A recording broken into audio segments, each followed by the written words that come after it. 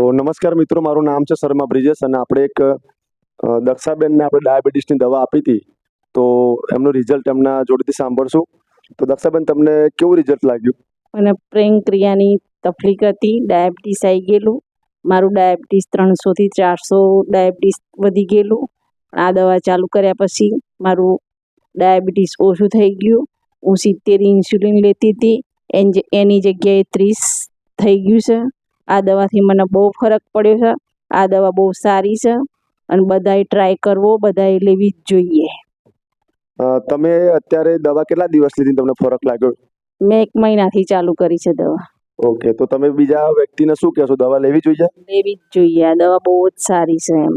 Okay, તમે કેટલો ખર્ચો કરાયો તો ડાયાબિટીસ પાછળ? કેટલા રિપોર્ટો કરાયા હતા લગન? મારે તો 70-80 હજાર રૂપિયા થઈ ગયા. અને અત્યારે તમને ફરક સારો એવો છે? ઓકે, ઘણું સારું થઈ ગયું.